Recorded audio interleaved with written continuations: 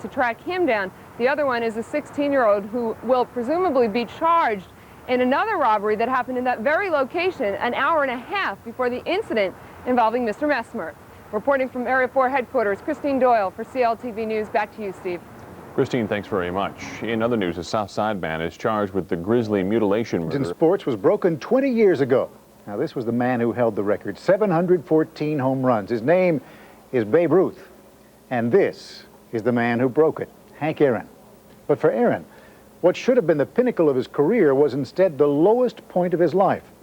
Because while Hank Aaron was chasing the Babe, he was being chased by racist threats, all because he was a black man going after a white man's record.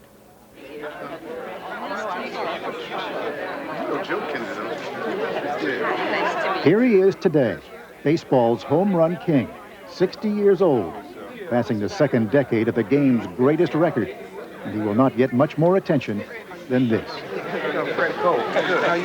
Hank Aaron hardly minds. That record should have been his best moment in baseball. Instead, it was the worst pain in his life. To this moment, I don't think about it until somebody brings it up, you know. I don't think about it because of the because of some of the scars I guess it left in me, you know. Those scars are deep and long and track all the way back to 1952, when Aaron broke into the old Negro Leagues. He played for the Indianapolis Clowns. To fill the stands, the athletes had to bring in a midget named Bebop and comedian King Tut. That was part of our routine, is that we had to put on an act before the game started. But once the game started, you know, we were serious. We wanted to win. Jackie Robinson hit that ball. It went through across the left field wall. Only a few years earlier, Jackie Robinson had successfully broken baseball's color barrier when he became a star with the Brooklyn Dodgers. Now the Milwaukee Braves wanted their own black players. So young Henry Aaron became baseball's next experiment in integration. Only his test was in the heart of Dixie with the Braves' Jacksonville, Florida farm team. Everything was segregated. The ballpark itself was segregated, you know. You had a black section over here and then you had the white section someplace else. People would shout things at you at the stadium. Or call you all kind of names. Not only the fans, we had players. You know, some of the opposing players would do that too, you know. Would try to upset you by calling you names and doing certain and having and just trying to belittle you, you know. How do you keep your cool during that? When I look in the stands, you know, after they said these nasty things, when I looked in the stand, I saw all these black people in the stand. I said, I cannot let them down. And he did not let them down. 3-1 count, and Aaron rockets a terrific drive. By 1957, Aaron was the National League's most valuable player, leading his team to a World Series victory over the New York Yankees. Even so, the following spring, it was the same old story. Teammate Eddie Matthews. He couldn't stay in the same hotel. And in fact, he couldn't drink out of the same fountain and go to the same bathroom. And all of a sudden, I realized what was going on. And that's the only regret I have, that I didn't make more of a stand. To be around Hank, you know, I thought it was great for me. I was no big deal ball player. No way that you can make a play like that. Bob Uecker played with Aaron in Milwaukee, and then again after the Braves moved to Atlanta. He was there to watch his teammate quietly hammer out history, chasing a legend around the base paths. Who thought he was going to catch Babe Ruth? I mean, at that time, you know, he gets to 400 home runs. Big deal, you know. He's still got 314 more to go, you know. Then he gets to 500, and he said, wait a minute, you know. And all of a sudden, 600, you say, wait a minute, this guy's got a shot. Which is when all hell broke loose. 1973. Aaron was 39, and he was suddenly discovered, marching his way to glory. And a lot of people didn't like what they saw. Who was this no-personality stiff trying to put the Babe in the shadows? With 41 homers to go, Hammerin' Hank Aaron's old teammate, Eddie Matthews, was now his manager. I didn't want to be a manager, but they talked me into it. And I inherited Hank when the thing popped. Hammer, this is going to be a nightmare, because you can see this influx of sports writers, even in spring training. That 73 season was a mother, really. I mean, it was tough on me, in more ways than one. I would come out here and have a press conference, and then you can imagine every single day was the same thing, talking about the home runs, Your times at bat compared to Ruth, say, and that sort of thing, if people are forever coming up with unpopular concepts. I don't really care what they say. I got 3,400 hits, too, and Ruth didn't get that, so I don't care about it. Yeah. I don't really care what they say. To the sports writers, that sounded uppity, so they started taking a few swings of their own. But as bad as that pressure was for Aaron, as bad as it had been all those years, that was nothing. What made it really ugly were the letters. Hank, there's 3 things you can't give a nigger: a black eye, a puffed lip, or a job. His smile may have covered the pain, but it didn't keep the letters from coming by the thousands. Dear Black Boy, we don't want no nigger Babe Ruth. Dear Mr. Nigger, I hope you don't break the Babe's record. How do I tell my kids that a nigger did it? You'll be in Montreal June 5th through the 7th. Will you die there? Did it hurt to read all this stuff? Yes, it hurt very much. It hurts right now when I go back through them and look at some of the letters. Yes, it hurts. Do you read the letters even today? They're there. Let me put it that way, Forrest. I have them. No question about it, And regardless of whether people say I should throw them away or what, they're still there. The hatred that year even touched his family. The FBI broke up a plot to kidnap his daughter while she was at college. It seemed the nightmare would never end. It was like he was assassinating somebody. It was like he was going to take somebody and throw somebody in jail. It was like he was going to take Babe Ruth's name and paint his name, cross it out and paint Hank Aaron's name on it. Wow, that's crazy, and it's still crazy now. I kind of felt like I needed to isolate myself, and I did. I'd stayed in a different hotel from some of my teammates. I was not able to receive calls. I was kind of like living in a bubble, I had police protection at every site and every place I went.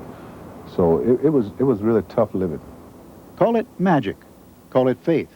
But somehow Aaron felt safest when he was most exposed, out on the ball field. Even when they threatened to shoot him down, he never thought they could. We were scared, but we didn't want to show Hank that we were afraid. So we're like, oh, Hank, no problem, man. We're down with you, Hank says, hey, you guys, don't sit by me tonight because, somebody's going to try to assassinate me tonight. And sure enough, somebody threw about 15 firecrackers on the field. Just start popping all around, and boy, you should have saw the guys dancing and ducking. The dust finally cleared that season when Aaron took his final swing. You ended the season with? 713. Babe Ruth's record was? 714. One short. Right, one short. And you gotta wait. Gotta wait all winter. So Hank Aaron cleared out of town with his brand new bride, Atlanta TV personality and civil rights activist Billy Williams. The next season, when Aaron spoke out against racism, there was someone new to blame. So it has to be that wife of his. She has to be behind it.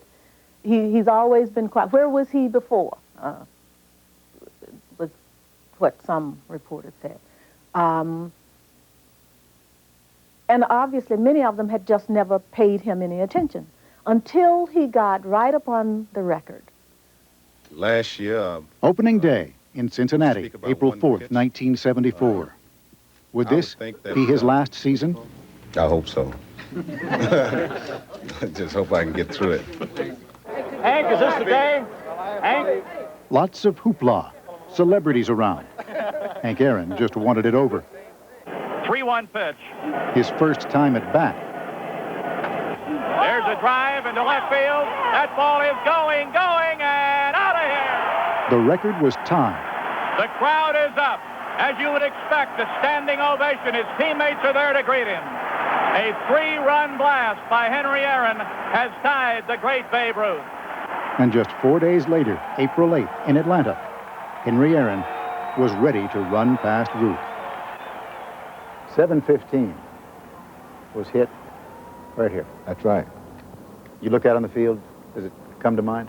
Yes, right there. I remember that area right there. Tell me about it. Well, it was kind of a cool night, you know, here on April 8, 1974. That night, I think we knew. The omen was, his number's 44, Downing's is 44, is pitching against us. He's a left-hander, and I know he hits this guy really good, so I got to get on base to be on base for this to happen. And then when I was on base, and I'm thinking, okay, if I'm on base, how am I going to be able to shake his hand first?